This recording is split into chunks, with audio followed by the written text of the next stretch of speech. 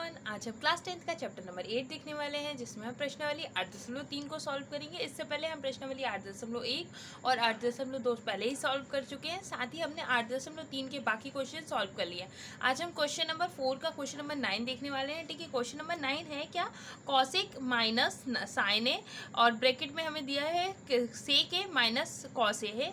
इन दोनों का मल्टीप्लाई करके हमें इसे इक्वल बताना है किसके, 1/tan A plus cot A के। ठीक है, अब इसमें हमें पहले से संकेत देकर रखा है। क्या संकेत देकर रखा है कि जो वाम पक्ष है और दायां पक्ष है उसको अलग अलग सॉल्व करना है। हमने कहा ठीक है, हम इसको अलग अलग सॉल्व करेंगे। पहले हम क्या ले लेते हैं, लेफ्ट हैंड साइड ले लेते हैं, यानी कि वाम पक्ष ले लेते हैं। तो हम लेफ्ट हैंड साइड ले लेते हैं। लेफ्ट हैंड साइड में हमें दिया क्या है, हमें लेफ्ट हैंड साइड में देकर रखा है उन्होंने कॉसेक, ब्रैकेट के अंदर दिया हुआ है कॉसेक ए माइनस साइन ए दिया हुआ है। ठीक है, और यहाँ पर देके रखा है उन्होंने सेक ए माइनस में कॉस ए देकर रखा है। हमने कहा ठीक है, हमने लेफ्ट साइड लिख लिया। अब देखो हमने लेफ्ट साइड लिख लिया, अब इसके साथ ही हमने देखा कि इसमें कॉसेक माइनस साइन ए दिया है। और कॉसेक देखते ही हमें याद आया कि कॉसेक जो है क्या होता है, कॉसेक इक्वल होता है 1/sin के। तो मैं कॉसेक की जगह पर 1/sin लिख सकती हूँ।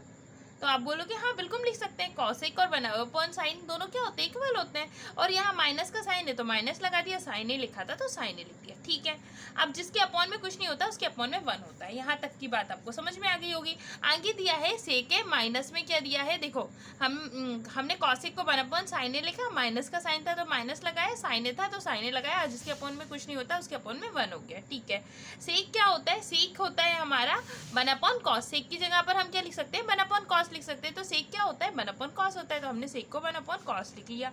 माइनस है तो माइनस लगा दिया, cos पहले से लिखा हुआ है cos लिख दिया, जिसके अपॉन में कुछ नहीं उसके अपॉन में 1 हो जाएगा। यहाँ तक की स्टेप समझ में आ गई होगी। अब इन दोनों का एलसीएम लोगे, साइन और 1 का एलसीएम लेंगे तो क्या आ जाएगा, साइन ए आ जाएगा। ठीक है, साइन के टेबल में साइन कितनी बार में आएगा, एक बार में। एक का गुणा एक में करोगे तो एक आ जाएगा।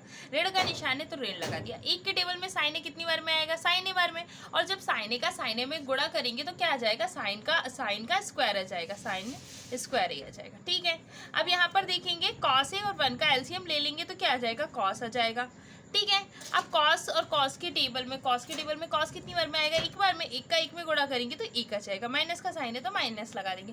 1 के टेबल में कॉस देखेंगे कितनी बार में आएगा, कॉस बार में। और कॉस का कॉस में अगर हम मल्टीप्लाई कर दें तो कॉस का स्क्वायर आ जाता है।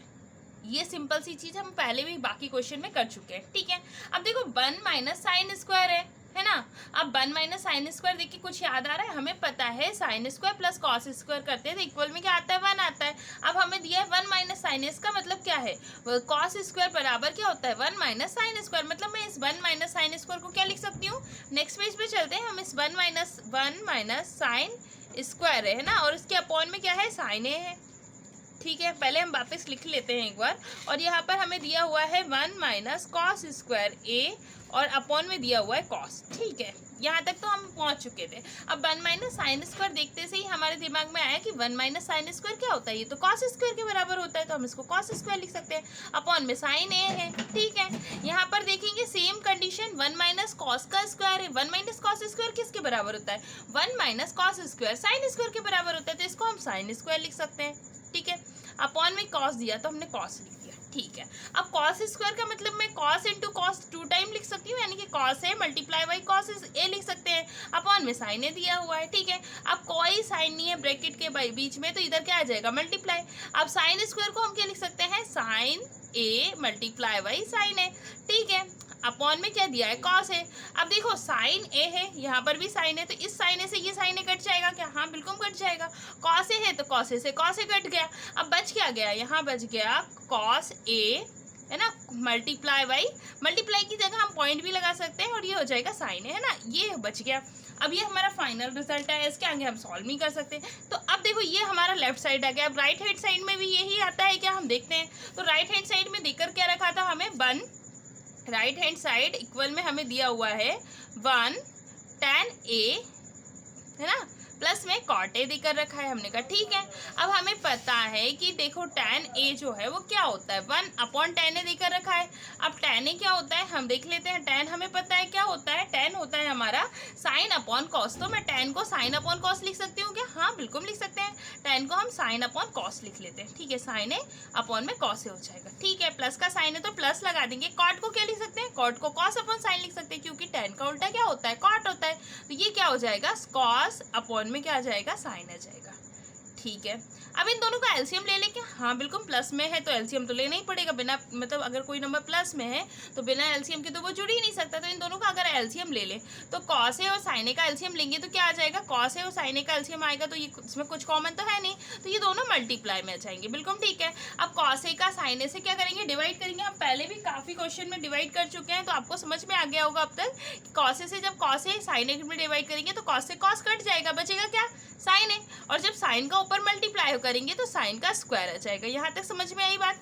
देखो कॉस से जब इसको डिवाइड करने जाओगे तो कॉस से कॉस कट जाएगा, क्या बचेगा, साइन है, और साइन ए का ऊपर मल्टीप्लाई करेंगे तो साइन ए का स्क्वायर आ जाएगा। प्लस का साइन है तो प्लस हो गया। अब फिर साइन से डिवाइड करोगे, अब साइन से डिवाइड करोगे तो साइन से साइन कटेगा, क्या बचेगा, कॉस, और कॉस का ऊपर मल्टीप्लाई करोगे तो कॉस का स्क्वायर आ जाएगा। ठीक है, यहाँ तक तो चीज़ें समझ में आ गई होगी। अब देखोगे, अब अपन देखेंगे अगर कोई नंबर अपॉन में होता है यानी कि डिवाइड में होता है, जैसे कि 1 और डिवाइडेड बाई क्या दिया हुआ है हमें, साइन स्क्वायर ए प्लस कॉस स्क्वायर ये दिया गया है ना, और ये अपॉन में क्या दिया है, अपॉन में दिया है कॉस ए और मल्टीप्लाई बाई साइन ए दिया हुआ है। ठीक है, ये दिया हुआ है ना, देखो 1 divided by sine square A plus cos square है, अपॉन में कॉस ए और साइन ए दिया, डिवाइड है तो इसका मतलब देखो डिवाइड लिख दिया इसने, हमने एज इट इज जो दिया था वो लिख लिया। ठीक है, अब हमें पता है डिवाइड किस में चेंज होता है, मल्टीप्लाई में, नंबर पलट जाते हैं। यहाँ आ जाएगा कॉस ए और डिवाइड मल्टीप्लाई बाई साइन ए, और अपॉन में क्या आ जाएगा, साइन स्क्वायर ए प्लस कॉस स्क्वायर है। हमें पता है कि अगर डिवाइड होता है तो मल्टीप्लाई में चेंज होता है, नंबर पलट जाते हैं। अब देखो ध्यान से अगर तुम देखो तो यहाँ पर क्या दिया है, 1 मल्टीप्लाई कॉस, है ना, कॉस ए और साइन ए। ठीक है, और यहाँ पर क्या दिया हुआ है, sine square plus cos square, क्या दिया हुआ है, sine square plus cos square. Sine square और कॉस स्क्वायर किसके बराबर होते हैं, हमें पता है जब भी साइन स्क्वायर और कॉस स्क्वायर प्लस में होते हैं तो ये किसके बराबर होते हैं, 1 के बराबर होते हैं। 1 के बराबर हो जाएगी तो इनकी जगह पर मैं 1 लिख सकती हूँ, तो आप बोलोगे बिल्कुल लिख सकते हैं। अब देखो कॉस ए और साइन ए है, क्या है यहाँ पर, कॉस ए और साइन ए है, इसका 1 से मल्टीप्लाई करूंगी तो कुछ चेंज आएगा क्या, नहीं आएगा। बिल्कुल कॉस ए और साइन ए का साइन ए रहेगा, ये मल्टीप्लाई में। अब ये देखो ये हमारा फाइनल आंसर हो गया राइट हैंड साइड का। अब लेफ्ट हैंड साइड में क्या आंसर आया था, यही तो आया था, कॉस ए और साइन ए। यहाँ पर भी क्या आया, कॉस ए साइन ए। इसका मतलब क्या है, लेफ्ट हैंड साइड जो है वो इक्वल है राइट हैंड साइड के, और यही हमको सिद्ध करना था। यही इति सिद्धम तुम्हारा क्या हो जाएगा, आंसर हो जाएगा। ठीक है, पूरा समझ में आया होगा। लेफ्ट हैंड साइड बराबर हो जाएगा राइट हैंड साइड में, क्योंकि दोनों आंसर क्या है हमारा सेम। ये लेफ्ट हैंड साइड का आंसर था, ये राइट हैंड साइड का आंसर था।